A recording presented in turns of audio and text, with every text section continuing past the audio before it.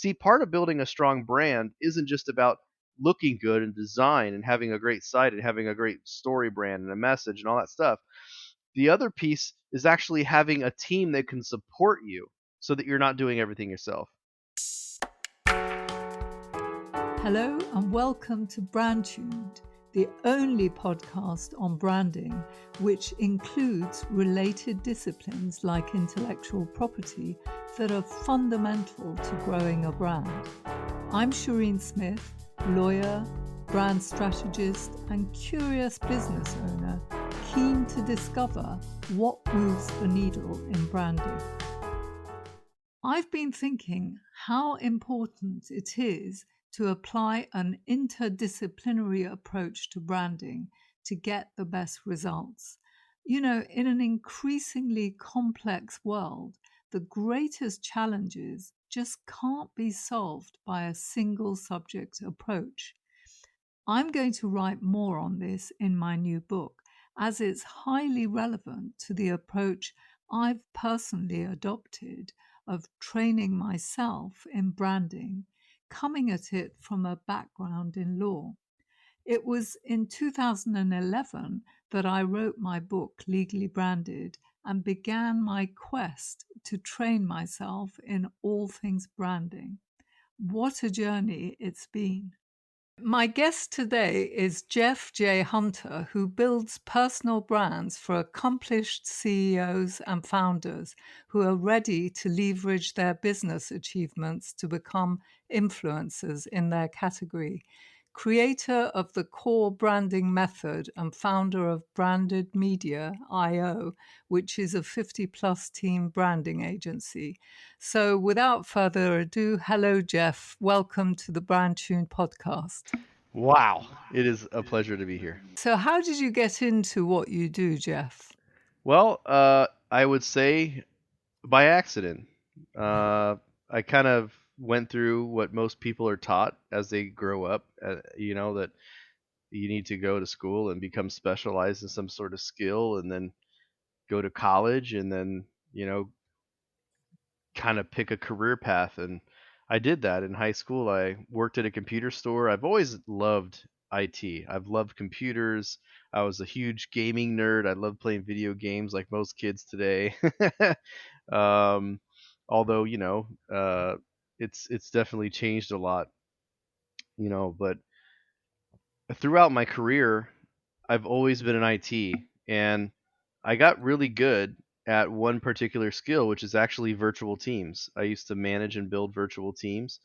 I used to be the IT coordinator for a school district, and then I became a project manager for a Fortune 500 company. And pretty much the majority of what I did was just build virtual teams. And so that was before COVID-19, where a virtual team was kind of a cool thing to talk about. It was a buzzword. Now it's become a necessity, right? So, Sure, yes. When did you actually start in business on your own? well, it started out as a side hustle back in 2013. So, I've always loved doing websites, and I've always kind of liked, matter of fact, my old nickname was the Master Web Guy back in early 2000s when I first made my my AOL and Yahoo emails, um, and I was using Dreamweaver and stuff like that, but I wasn't really good at design, and I've never really been great at websites either. So I started going online and looking up web developers and things like that on a website that used to be $5. Remember Fiverr.com? You ever been there? Yeah, Um, I haven't used it, but yeah. Yeah, well, back in the day, it used to be $5, and I'd hire people to do little things for me here and there, and I would resell it to other people. And I said, "Wow, you know what? This is actually kind of cool." And it didn't really require a lot of my time, maybe an hour or two a day just to learn and digest it. And I created an account on Fiverr myself to become a seller, and lo and behold, in 2014, I think it was April of 2014, my gig, which is what they call it, a gig, but when you list a product for service on the website, it got featured in one of their emails, and I got blown up, and I had like, I don't know, probably 100 orders come in. Wow. Um, Yeah, to work on social media campaigns. And I didn't even have the team to do it. I only had like one or two people that, was working for me, and they were just freelancers. And that's actually when I kind of specialize what I do, because I realized really quickly that freelancers don't care about you.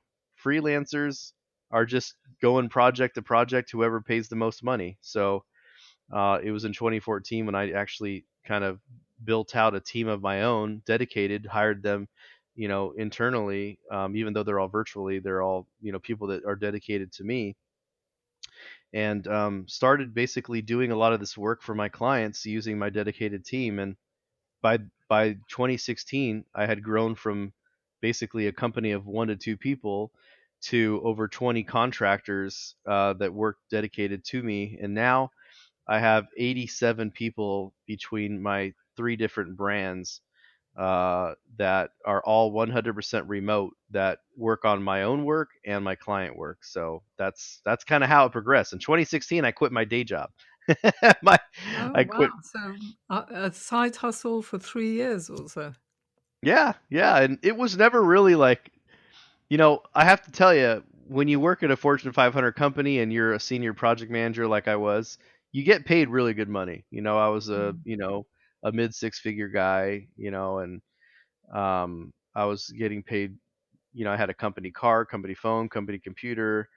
Hell, I even had a company credit card that I could charge $75 a day for food. That's how I got fat.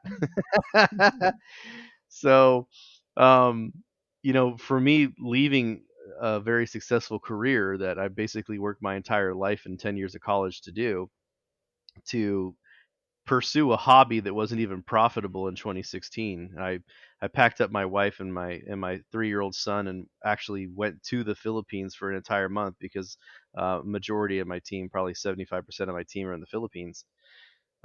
It definitely seemed like an absolutely crazy, ludicrous thing to do, but looking back on it, it was the best decision that I've made professionally in my life. Wow. How long did you stay there? Wow. I was there for 30 days, which Hmm. is the most that you can stay there without getting a, like a visa as an Right. American. So yeah, I went there. We stayed in Makati City, which is kind of like the Silicon Valley of the Philippines. Mm. And I just started really getting serious and building out a team. I ended up getting a 2,300 square foot penthouse suite in downtown Makati City that I converted into a co-working space for my team. And boy, did I learn a lot along the way. So you've got your team sitting together, but you're not actually there to manage the team. That's how it was until January of 2019. Mhm. Ironically, in January of 2019, my most tenured, matter of fact, the very first person I ever hired in the office, her name's Catherine. She messaged me one day and she said, "Hey Jeff, I noticed that all the other people that you're hiring now don't work in the office; they work from home." And she says, "Is there a reason why we still work in the office?" Now, let me explain this to you. In 2014, the internet and power in the Philippines was horrible. It was not reliable. And that's why I invested in getting my own office, was so that I could have a reliable place of power. And I paid like $450 a month for this internet connection, which was horrible, but it was better than anything else in the Philippines. Mm. And in 2019, everyone has access to internet. Everyone has access to reliable power, and the cost of the internet is so cheap. It's like $30 a month for a broadband, all access kind of a card. And then I have my team have, they need to have two forms of internet. So they have like a landline, and they also have like a mobile line. And now they can actually afford it. So I made them all a deal. I said, hey, look, if everyone unanimously votes that they want to work from home, I'll do it. I'll even give you the laptops in the office, so everyone got the laptops they were working on, but you guys have to pay for your own internet. And everyone voted unanimously for that, and thank God, because if not, obviously my business is 100% COVID proof since everybody works at home.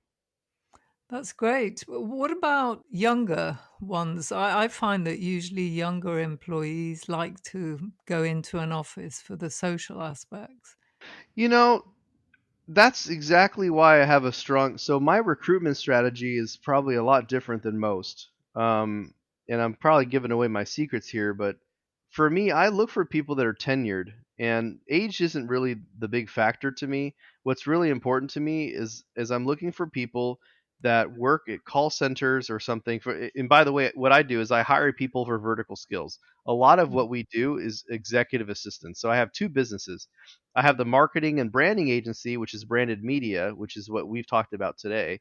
Mm. But I also my probably 70% of my revenue comes from my VA staffer business, my virtual assistant staffer business, because see, part of building a strong brand isn't just about looking good and design and having a great site and having a great story brand and a message and all that stuff.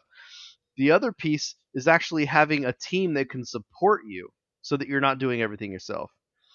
So that's what has been really key for me is not only am I helping people kind of, build up their brand, but I'm also helping them support it. So having a person who pops onto your calls and takes notes for you and follows up with things and is able to help you manage your email and stay on top of things, like that's part of your brand, right? Sure, Like yeah. like your So, responsiveness. so you said at the beginning that you got 100 contracts or something through this site that you were on. What did you do? Did you actually fulfill them if you had no team? How did you manage that challenge?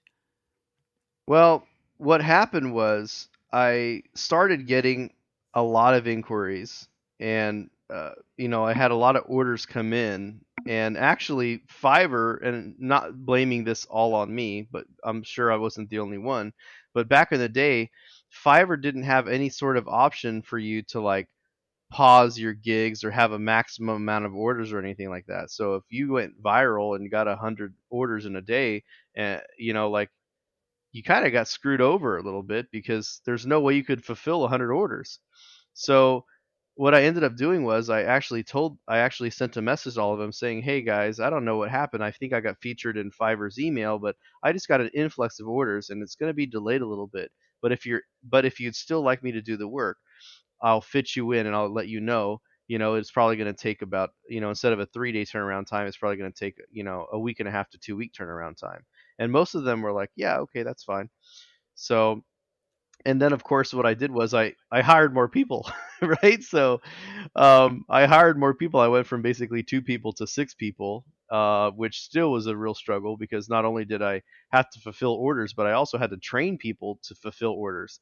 And that's actually the big headway, I guess the big headway that I've made over the years is that when you first start out in your business, you're doing so many things by yourself, and it can be very overwhelming, especially because a lot of the excuses that I used to say myself and people still tell me today is that they don't have time to train somebody to help them, right? You don't have time to help get time, if that makes sense.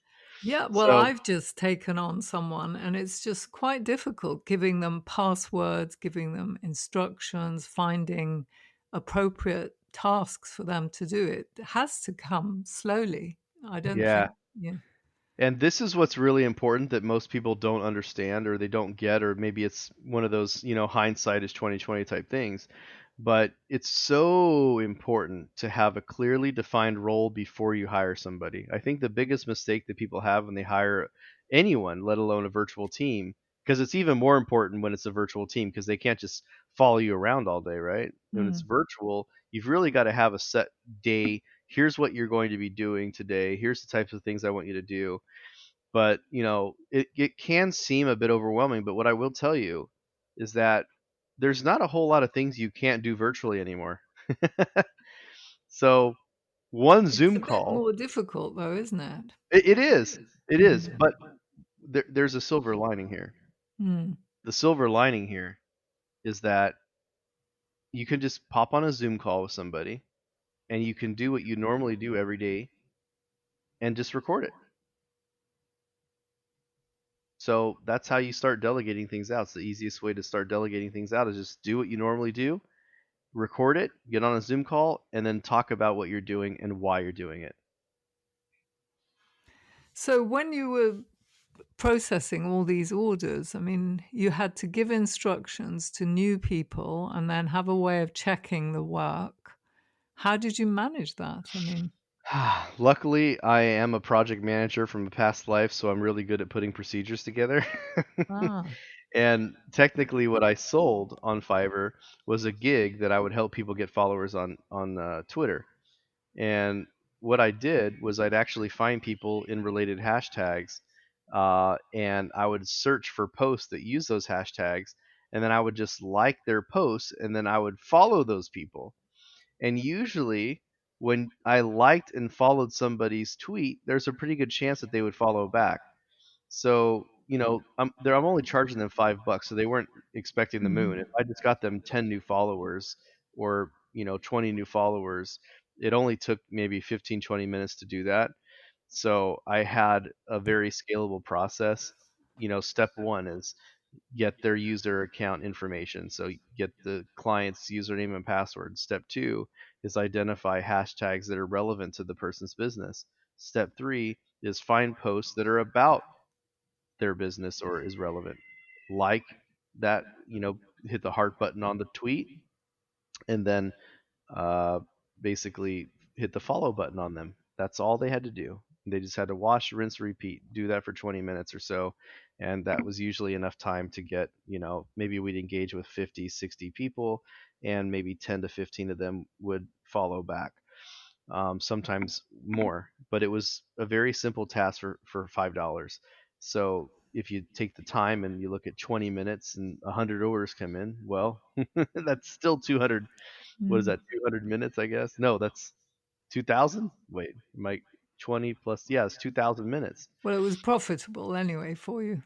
Yeah, barely profitable Uh-huh. because my team, my team was probably, I don't know. I was using Philippine VAs that I had no idea what I was doing, and they were probably around $3 an hour, and I was only charging $5 for a 20, 30-minute task. So technically, there was margin there, maybe 40% margin. But the point is, though, the profit wasn't what's important. What was important was that it validated the concept. So what is your concept? How did you move from that to providing what marketing, branding? Tell me a bit more about it. What I realized was that people really were able to pay more for more marketing stuff. See, I was doing web design and things like that, which is great, but Fiverr helped me realize that if I was able to get actual results for people, help them grow their followers, help them get more engagement, get more visibility, that was actually more valuable than other things that I was doing. So that kind of actually shifted my direction into, doing marketing because people were able to pay more because it helped them get more sales. It came it kind of switched from being a cost for people to being a revenue driver. And that's how I kind of got involved into making the switch into marketing. So what are you getting people leads or what do you do for them when you offer marketing? Yeah, so I started learning about SEO because that, search engine optimization, because that was like mind-boggling to me that you could write a blog and that people would search for something and then your blog would show up. I was Mhm. like, wow, that's cool. you know, that was like what 2000 and 2013, 2014. That was still kind of new. I mean, it wasn't new, but it was new to me.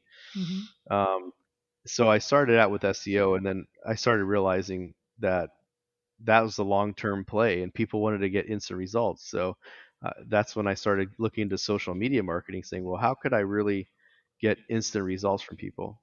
Um, and that's what's a beautiful thing. Right now, I'm working with a lot of brands on Instagram and TikTok because actually, TikTok is probably the most underrated platform right now of all time. I just got 20 million views on TikTok last week, um, Isn't which it is, just for teenagers? I mean, you know what? That's what most people think, but there's actually a really large demographic of everybody on there. TikTok is right now the fastest growing social media platform out there. So there's a lot going on. I think Snapchat is more like the teenage crowd. Um, I mean, I don't really invest a whole lot of time in Snapchat because it doesn't get the visibility like TikTok does. Like I posted one video and it got 16 million views. That was on September 2nd. What was the video about? The video was me inside my office desk, which is a little bit different. It's a giant gaming station with 49-inch screen and it's motorized and it looks like something out of a movie. But I'm the savage marketer. I do things a little bit different. Um, and basically I became a meme. People, you know, I coined a hashtag called adult money. I did hashtag adult money, and basically there was a voice in the background of me getting into my machine, and it says, you know, now that being an adult is pretty cool, but it also means that I get adult money, which means I buy things that I don't need, which means I buy stuff like this. And the whole time is me inside my little gaming chair. And people were like, oh my gosh, this guy's insane. So, what Uh, would the benefit of all those views be? I mean, are they going to check out your profile? What do you think is the benefit? Well, 95,000 followers later, Wow. going mega viral. Now it's basically changed everything on my TikTok account. I just posted a video just last night at probably like 9 p.m. It's got 25,000 views. I'm averaging right now about 700,000 views on my videos a day. This is all visibility. And see, I actually have a passion for remote jobs. I obviously am in the virtual space. Mhm. And what's cool about this is that, I knew that this would appeal, and I'm actually trying really hard right now to appeal to the younger generation because my 2020 initiative. So I'm just going to throw it out there. I don't want to sound cocky or pat myself on the back or whatever, but my business has finally got to a point to where it runs itself. I don't do the hiring, I don't do the firing, I don't do the training. The only responsibility that I have in my business is a call at 9 o'clock in the morning that goes about 1 hour with my project management team, and I'm there for them to listen to any problems they have that I could help resolve. It's their call and I'm on it. The only other thing that I do for my business is do podcast interviews like this or do articles. I'm also a contributor to entrepreneur.com. I have a column there for, virtual teams, remote teams, Forbes, Thrive, Good Men Project. So I'm a content maker at this point. That's pretty much what I do, right? But my 2020 initiative was that I want to start reaching out to the younger generation and show them that they don't have to go to college to be some sort of successful person in life. And it's not that I'm trying to deter kids from going to college, but speaking from a guy who's gone to college for almost 12 years, to get a degree that I've never actually used for any of my jobs ever. And, you know, the cost of college education right now is so high and there's so much debt that people could at a young age, like I know a girl right now, she's 12 years old and she actually works with me and this guy named Chris Johnson. It's his daughter. She's the person who came up with this idea to do marketing on TikTok, and now she's 12 years old and she's running one of his companies. 12 years old. Wow. I've got an 11-year-old niece who makes all my PowerPoint slides, right? So this is a great age where if, as long as you have grit, determination, and you understand how to do things, and you can learn, um, most of everything you need to know in life is on YouTube. It's like, Yeah, that's true. So, Jeff, why did you choose the name Savage? it was actually a brand of my client, Dan Henry, and he started the Savage Marketing Academy, and Savage Marketer was kind of like his community of savages. And basically, it was a subscription service, well, a training that you paid, a couple $100 a month and you had access to. But then he ended up buying this domain name, getclients.com. And he was like, "Oh my gosh, this is perfect. I'm going all in on this," because he teaches people how to do Facebook ads. Like that's his thing. So getclients.com was a perfect fit for it. And he already had all the branding done for Savage Marketer, the logo, the colors, the website, the domains. And I spoke at his event in 2018 in Tampa, Florida called AdCon Live, and he had a bunch of swag, hats, t-shirts and stuff, and I grabbed a bunch of them for myself and my son. And 2 years later, I'm in my car. I'm in a black convertible Camaro with my son, and the branding is black and red, and it just looked really good. And I took a picture of us inside my car, and I sent the picture back to Dan Henry, my client, and I said, "Hey man, what are you doing with this brand?" He's like, "Nothing." I'm like, "Would you sell it to me?" And he goes, "Uh, I mean, yeah. How much would you, how much would you pay for it?" And we worked out a deal. Um, and the funniest part is the deal was a little bit more costly than I thought, but it's because I my first offer he denied. He said, "No, I don't." He rejected my first offer, and he Hmm. says, "Jeff, my first offer was $3,000, by the way." Hmm. And he said, "Jeff, I could sell all the swag in my garage and make more than $3,000." And I was like, "Swag in your garage?" He goes, "Yeah." And then he sends me a video of him walking around his garage, and there are literally boxes of hats, t-shirts, binders, boxes of boxes, branded boxes, Wow. black. And I was like, "Holy crap!" And he goes, so he said, "Let's make the deal a little bit sweeter." It obviously was more than 3,000, and he says, "And the other part of the deal is that you have to fly out here and get all this crap out of my garage," which I would have done anyway, right? So Yeah. I flew out to Tampa, Florida, rented a giant van, um, flew out one of my team members from New Jersey, and we basically did a cross country road trip from Tampa back to California with my new brand. Have you managed to use up all the swag by now? No, it's No. so much. I don't know if I'll be able to use it up this year, but it's definitely got lots of leverage. I've given away lots of hats and shirts, and I've done contests, and my wife constantly reminds me that I need to start doing more contests because it's taking up vital room in her garage.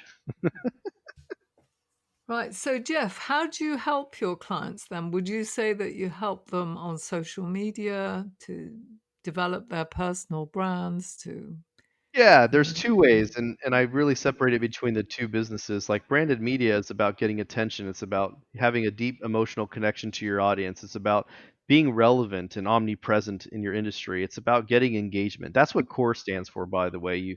You mentioned in my intro about the core branding method. My Mhm. core branding method is an acronym.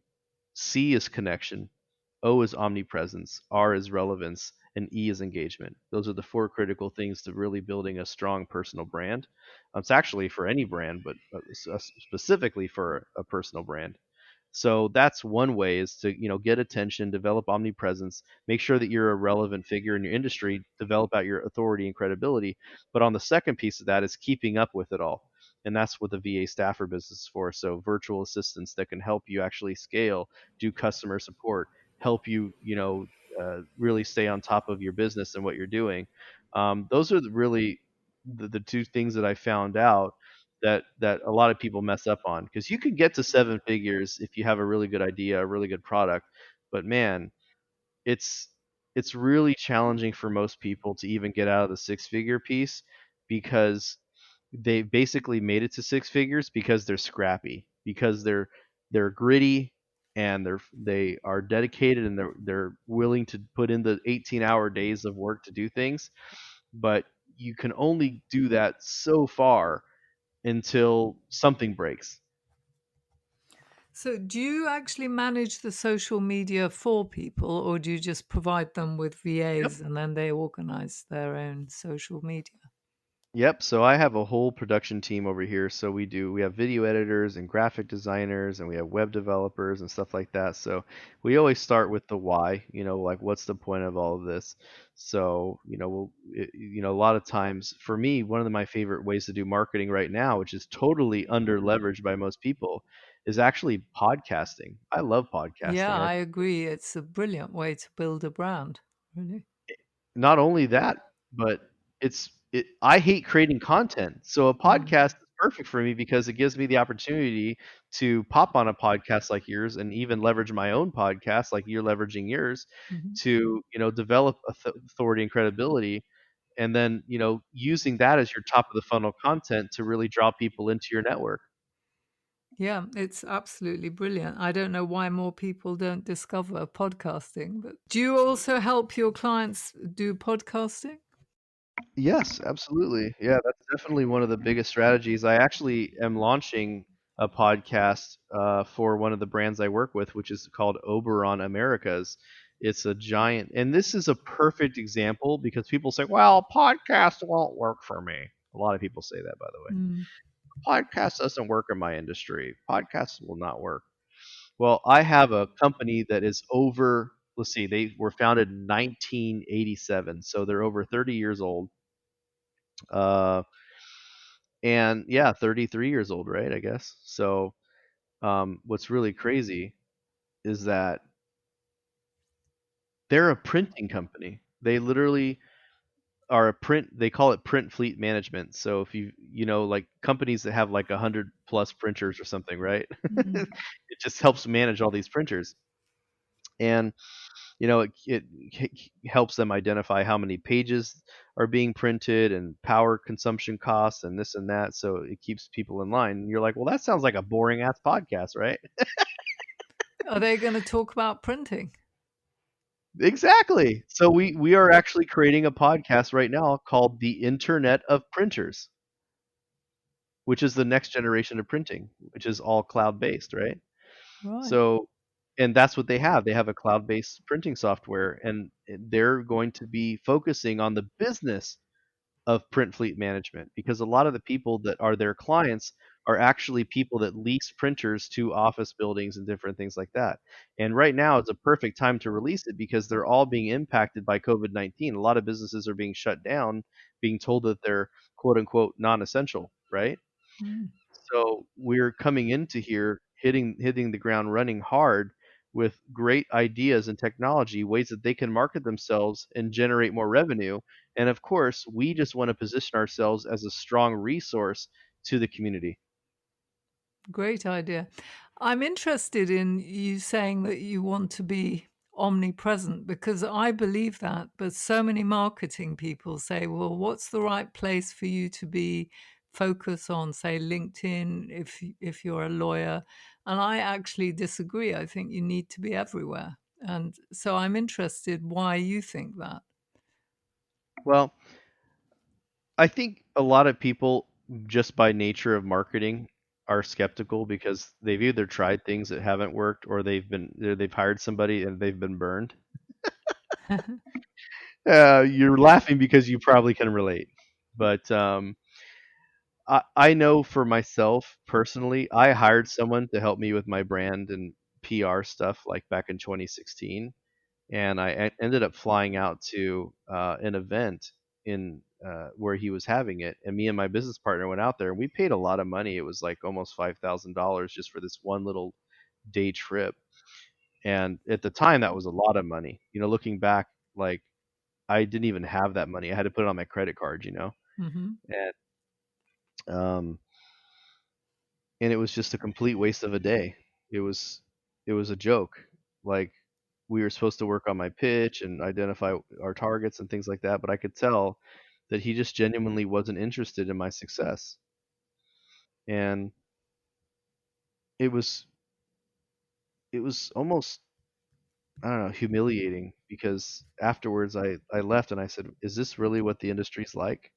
you know, Mm. and I got nothing from it.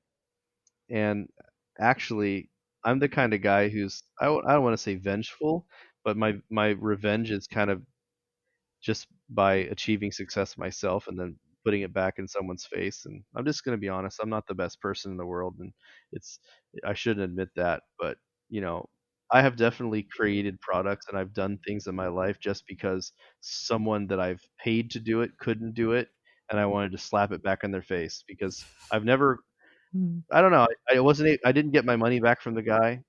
I tried. He refused. So that fueled it even more. And I said, I bet I can do this better than him.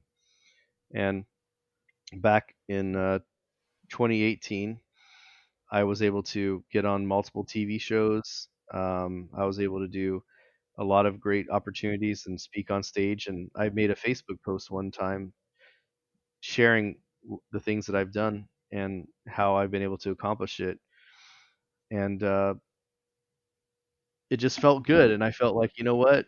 That was probably the best $5,000 I ever spent because Yeah. if it wasn't for that, I wouldn't have had the motivation to do it myself. Yeah, it spurred you on. So, Jeff, where would listeners be able to find out more about you? How can they touch base with you? Absolutely. You can check out my website, jeffjhunter.com. And of course, you can check out brandedmedia.io, which is where, if you're interested in learning more about the core branding method, I put a free training together. You can check it out and see if it is something that you could implement for your own brand. And then vastaffer.com is my virtual assistant business, but it's all on my jeffjhunter.com website. And I'm a your very podcast? Oh, my podcast, savagemarketer.com. Yeah, Oh, that's you know what? My website crashed yesterday because of TikTok. wow. Um, yeah, my video went viral and I saw that I had 400,000 profile views, and I'm assuming a lot of those probably clicked on my website and crashed it. Oh, amazing. So I've never had that problem before. I had to upgrade my hosting a little bit. I'm using Flywheel, and no disrespect to Flywheel, they actually have a really great service. But I was just on their $50 a month plan, which obviously wasn't enough for 400,000 people. And what's your profile on TikTok? Just Jeff Oh, J. Jeff, Hunter. yeah, Jeff J. Hunter, pretty much universally on almost every platform except Twitter, Mm, is Jeff J. Hunter. Twitter, I'm J Hunter 101. But reach out to me, and my LinkedIn is actually one of the best places to reach me. I think that's how we connected. But sure. uh, Okay. I love LinkedIn. I still think LinkedIn professionally is the absolute best social networking platform that no one uses. Mm. Okay. Well, before we end, Jeff, just one final question. Which brand do you particularly admire and why? Like externally, like someone else's brand. Yes. Okay. I would have to say one of the brands that I really like and that I'm kind of modeling right now, and a lot of people hate, is Gary Vaynerchuk. Oh, Um, I love him. Yeah, he's great. I think one of the things that appeals the most to me is that even though he's a marketing guy and he obviously has his own business in the winery space, um, he's really developed a great connection with the younger generation. And to me, that inspires me because I I'm almost 40 years old, but I feel such a huge disconnect with the 20-year-olds. And lately I've been aspiring to attract and and really resonate with that demographic because that's what I started saying, "Oh my gosh, I never finished it," which is a perfect finale, I guess, to this whole thing. My Mm. initiative in 2020, my initiative that I made for 2020 was I really wanted to educate the next generation to, really discover themselves and think outside the box and not think in the same box that we've been forced to, and might like, forced to go to college and do these things. Like you can create something out of your life. And I think that Gary Vaynerchuk has really tapped into that and been able to appeal to that generation. Yeah. Is your son, did you say you have a son? How old is he? I have an 8-year-old Uh-huh. and I have a 1.5-year-old. Oh, right. So not quite the right age for you You know to. what though? I've been putting my 8-year-old to work. I bought him a camera, a video camera, and he's been learning to record and he's been doing that. And I have an 11-year-old niece, is what I mentioned earlier, who's been doing my PowerPoint slides. And I showed her how to use Google Slides, and now my son is starting to learn that as well. And we've also been teaching him how to use Adobe Spark. And I'm a huge investor in not only my own children but just in youth in general because I believe that that's really where the future is won. And I was able to be the keynote speaker for the entrepreneurship immersion program. The entrepreneur. Entrepreneurship. Entrepreneurship Immersion Academy. There we go. Right. Uh, and that was in Singapore in December of last year, where I was actually able to take my son and educate an incredible amount of youth, ranging all the way from 8 years old all the way up to uh, you know, I think the oldest one we had there was like 25 years old, and that's really I'm super passionate about that, and I think that the younger we can start our children to learn independence, self accountability, and teach them the value of value, Mm. right? Like Yeah. showing them that they can actually add value to the world, that they can, how many college kids right now are just thinking, what am I gonna do with my life, right? Yeah, And you've that got sense of autonomy that entrepreneurship gives you, the ability to control your own fate is wonderful to have, I think. And I'm just like, maybe that's why it's a big deal to me, is because I went my whole life working for someone else. And by the way, there's nothing wrong with that, as Mm. long as you're able to craft your vision along with where you work. And that's one of the things that I do with my team, and that's why I'm able to retain my talent for so long. Yeah, I want people in it for life, and I say, how can I craft this position so that it really meets your goals and your visions in the future, so we can work on our goals together. You help me reach my goals, and I help you reach yours. Yeah, win-win. So Yep. on that note, we'll end this podcast. Thank you very much indeed, Jeff, for Thank you appearing. so much. Bye. That's it for this week. Do subscribe to the BrandTuned newsletter to get weekly updates. I'd also love to get your feedback. Just send me an email to info@brandtuned.com. Finally, if you liked the episode, please do share it with your friends and colleagues and review it on iTunes or whichever platform you use to listen to podcasts.